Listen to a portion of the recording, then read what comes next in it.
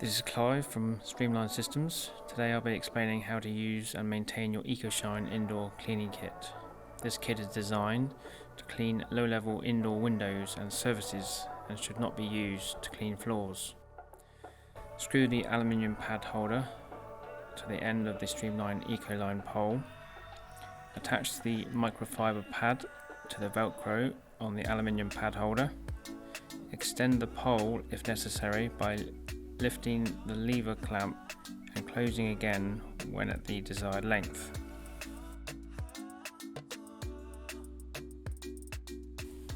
Fill the spray bottle with clean deionized water. Turn the nozzle tip 90 degrees to the spray position. Mist the glass with a fine spray. Buff the glass using the microfiber pad.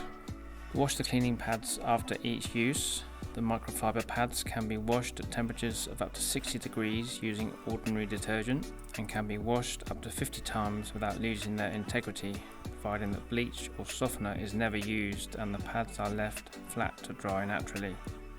Store the kit in a mild, dry place when not in use.